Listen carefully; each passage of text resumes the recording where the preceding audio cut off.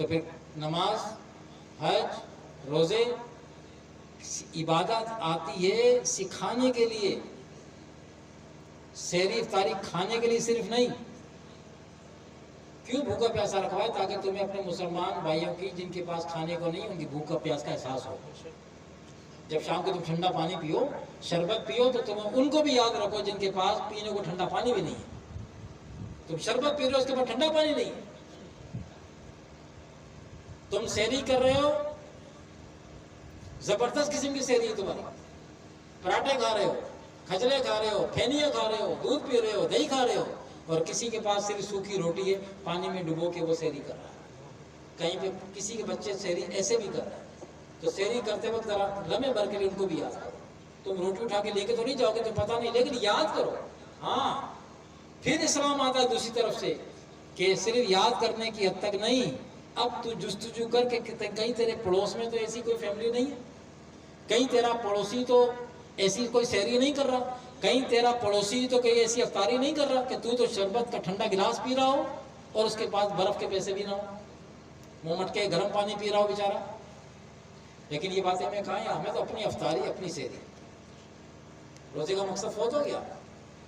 اللہ کا قرب جب ملے گا جب بندہ بندے کا خیال کرے گا۔ اللہ نے کہا روزہ میرے لیے، اجر میں دوں گا، لیکن کیوں؟ اللہ کو ہماری بھوک پیسے کیا لینا؟ احساس پیدا کرنا چاہ رہا ہے کہ اپنے بھائیوں کا احساس کرو۔ تمہارے درمیان بہت سارے بھوکے پیاسے موجود ہیں۔ ابھی آپ کو پتا نا، لوگ بے روزگاری کی وجہ سے کتنی خودکشیاں ہو رہی ہیں۔ سگے، یار اپنے سگے بچے کو کون مارتا ہے؟ سگے بچے کو سگا باپ گلا گھوٹ کے مارے گا؟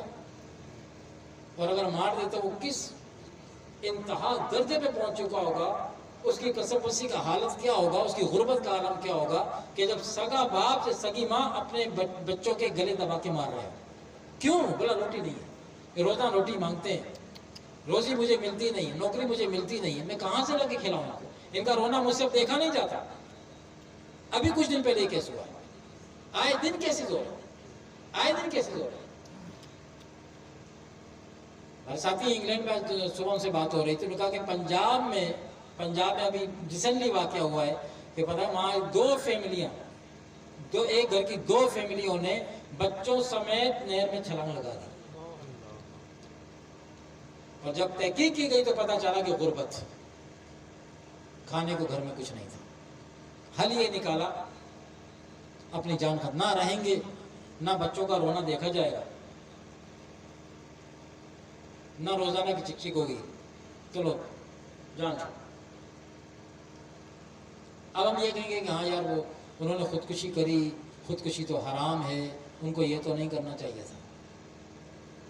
یہ فتویٰ بڑی جلدی آتا ہے، خودکشی حرام تھی، اللہ سے مایوسی نہیں ہونا، ہاں نہیں ہونا چاہیے تھا، تو اس کو تو حرام موت ہم نے کہہ دیا کہ حرام موت مرے وہ لوگ۔ کس نے مارا ان کو؟ اس حرام موت مرنے پر کس نے مجبور کیا؟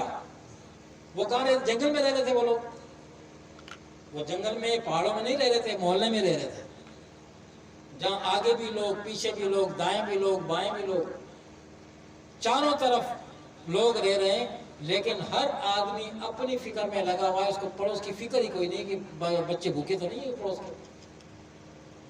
ہمیں ضرورت ہی نہیں اس بات کو جاننے کی، میرا پیٹ، میرے بچے، میرا پیٹ پہلے، بچ گیا تو پھینک دوں گا، مگر دروازہ بجا کے پڑوسی کو پوچھنے کی یہ تو توفیق نہیں۔ احساس ختم ہو گیا نا۔ اس فقیر نے شروع میں کیا کہا کہ فکر جب ہوگی جب خوف خدا ہوگا، اور جب خوف خدا نکل گیا تو تمام فکرات بھی ختم ہو گئی۔ اب صرف اپنی ذات یاد ہے، اپنی عبادت یاد ہے۔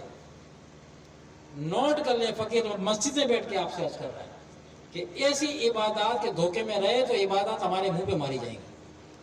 کہ اگر آپ کا پڑوسی کوئی بھوک سے بلکتا رہا یا کوئی دوائی کے لیے ترستا رہا اور وہ آپ اس سے اس طرح غافل رہے، صحابہ کرام کہتے ہیں حضور تو ہمیں اتنی تاکید کرتے تھے پڑوس کے بارے میں، اتنی تاکید کرتے تھے کہ پڑوسی کا خیال کرو، پڑوسی کا خیال کرو، اس کی خبر گیری کرو، کہ ہمیں یہ خدشہ ہونے لگا تھا، ہمیں یہ ڈر ہونے لگا تھا کہ آقا علیہ السلام کہیں پڑوسی کو ہماری وراثت میں حصہ نہ دے دیں، حصے دار نہ بنا دیں۔ اتنی تاکید کہ بس اتنا رہ گیا تھا کہ بھائی تمہاری وراثت میں بھی حصہ ہوگا، اتنا نہیں کہا، باقی ہر طریقے سے فرمایا۔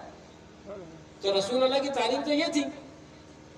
ہم نے اپنی دیواریں پکی کر لی, اپنے پڑوس سے دیوار سے اپنی گھر کی دیوار اوپر لے گئے کیونکہ ہمارے پاس ہے, مال ہے, ہم ڈبل بنائیں گے. وہ بیچارہ نیچے رہ گیا, اس کا دروازہ ہمارے دروازے سے, گھر کے دروازے بہت چھوٹا ہے, اور ہماری نظر میں وہ بھی چھوٹا ہو گیا.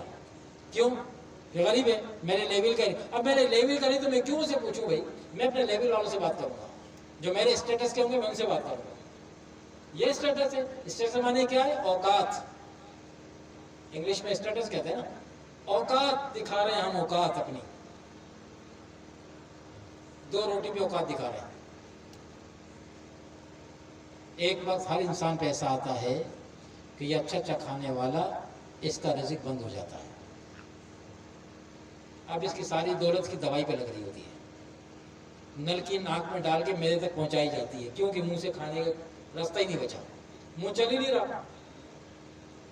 ساری زندگی عیش کرنے والا قدرت نے ڈال دیا, اب کھا کے دکھا.